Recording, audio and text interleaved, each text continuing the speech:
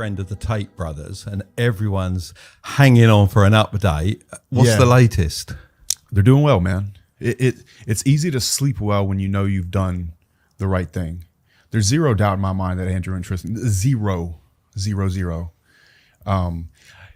biggest dilemma I think that we're looking at right now is not whether they're innocent or not, is whether they're going to get a fair shake, whether it's actually going to be a fair trial.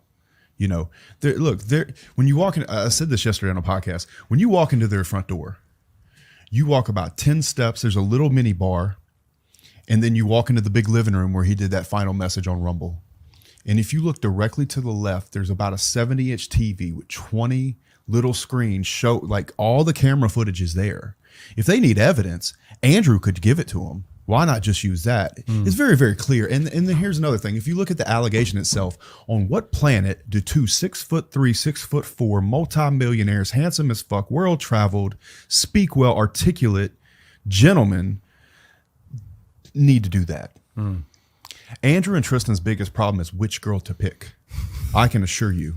I've been at the tables with them. These are not slouch men in any way. It's the most obnoxious accusation that I could even think of. Like, come up with something else, you know, write a hurt feelings report. Maybe they hurt a bunch of people's feelings, you know, by telling them the truth, telling them they were brokies. Okay, fine. But he also probably saved a bunch of guys' lives doing that. So I think people just generally hate to see somebody win like that. Andrew's obviously very outspoken. He knows what he's doing when he's baiting people into upsetting them.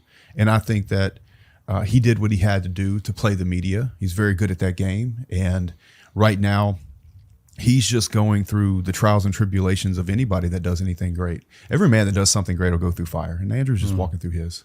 Do you think he's just become too powerful for the powers that be, and they just want to cane him back a little bit? Yes, sir, I do. I think that's a great concern because he has the hearts of young men.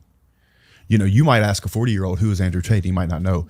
I challenge you to find a 15-year-old that doesn't know. The funny thing is, I think most of the 40-year-olds do too as well. Like whenever we get in a taxi or an Uber, and they do now. Like, they do now because we're like, what? You don't know about Andrew Tate? It's just crazy that they don't know. Yeah, and look, and I think it's very few and far between. I think that you could ask most anybody now because I'm pretty sure if he's not still, he was the most Googled man on the planet. And so for that reason, you're gonna come under a lot of fire at some point, or somebody's gonna have something to say. I think what's very challenging to the system, or the matrix, if you will, it's not a word I particularly use, but Andrew uses the word the matrix.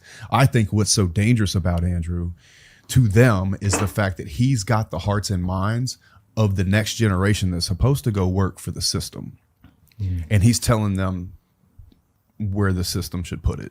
What's amazing is I had a couple of young lads come in the shop the other day in one of my stores, and they were talking. They said, "Oh, Mark, we watch you on YouTube and all the rest of it, and you've met Andrew. What's he like?" So we had a bit of a conversation, and they said to me, "Do you know what? We're not even allowed to mention his name at school." And they said the crazy thing about it is there was probably about a third of the school knew about him. But as soon as you're told you can't mention his name, suddenly everyone in the school knows about him. Yeah, it's a mistake. They're making him a martyr. It's like the same thing that's happening to Trump right now. It's like if you make somebody a living martyr, all you're going to do is pour gasoline to that fire. It's crazy. My old school is hosting after school sessions with parents and teachers just to talk about Tate. It's amazing, isn't it? So is he adapting his plan now that obviously it's all blown up and he's got put into prison? Is he changing the way he approaches things, or just still going down the same path? I can't speak to that. I suspect, knowing Andrew, that he had a path all along. I don't know if he thought that it was going to be taken to this extreme. Like, he knew he was going to be canceled. I believe he said that when he was on the show with you guys. Yeah. He knew. He didn't know to what amplification it would be done. What I hope for Andrew as his friend and somebody that loves him very dearly is that he start, and I suspect that he will do this, start to show the other side of Andrew. See, there's Andrew online, and then there's the Andrew the world never sees. And I often say the best part of Andrew is the part the world never sees. Because, and that's one thing I've learned a lot from this. And one thing that I took from this experience with seeing Andrew go through this is that I was born in the 80s, right? And so growing up in the 80s and 90s, particularly in the deep South in America, it was have humility, be seen, not heard, talk with your work ethic. If you do something nice, keep it private. But I don't think that's a good idea moving forward. Because he does all of this charity, he does all of this work, he does all of these kind things for people all the time, and nobody knows about it. I hope and pray, and I have learned myself to start posting. When I do something nice for somebody, I hope I'm going to put it online, and I hope that he starts to show that beautiful side of him, that kind side of him, the side that you probably meet that was very polite when the cameras aren't on. Well, to be honest, I when think, they were on, I think he Yeah, came and both. across really well on our podcast. Right. And if people haven't watched the podcast with Andrew that we did, they should watch it, because we weren't digging. We weren't trying to get to any message from him. We just wanted him as he is. We let him speak, and he was great. Yeah, I'm biased, but I think it's the best pod he's done.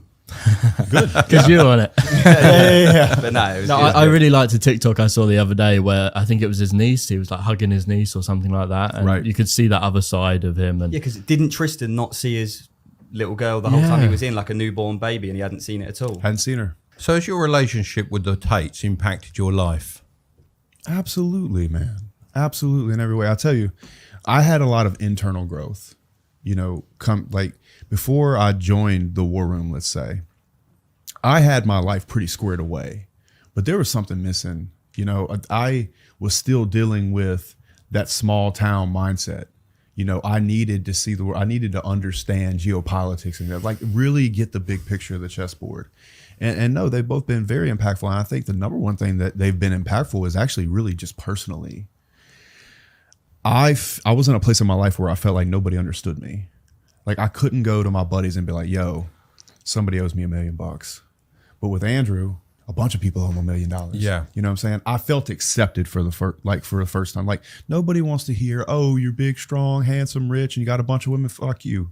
You know what I mean? And so having them not only be able to accept me exactly, because it takes a lot to be Tate's friend, or let's say even in my hometown to be my friend. It takes a lot to stand in that fire, especially from where I come from, you know. And so to have friends that I can fully be myself and they want to see me win completely and truly mean it, and you can chase them and you can work together. And I learned so much about the world, you know, from the guys, because I think they've been 72 countries.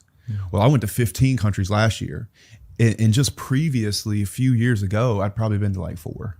You know? And traveling widens your horizons. Yeah, It's very, yes, very sir. good. So much. You get to see, you get a perspective on life that you just realize that the world is so much bigger than your small town in South Louisiana.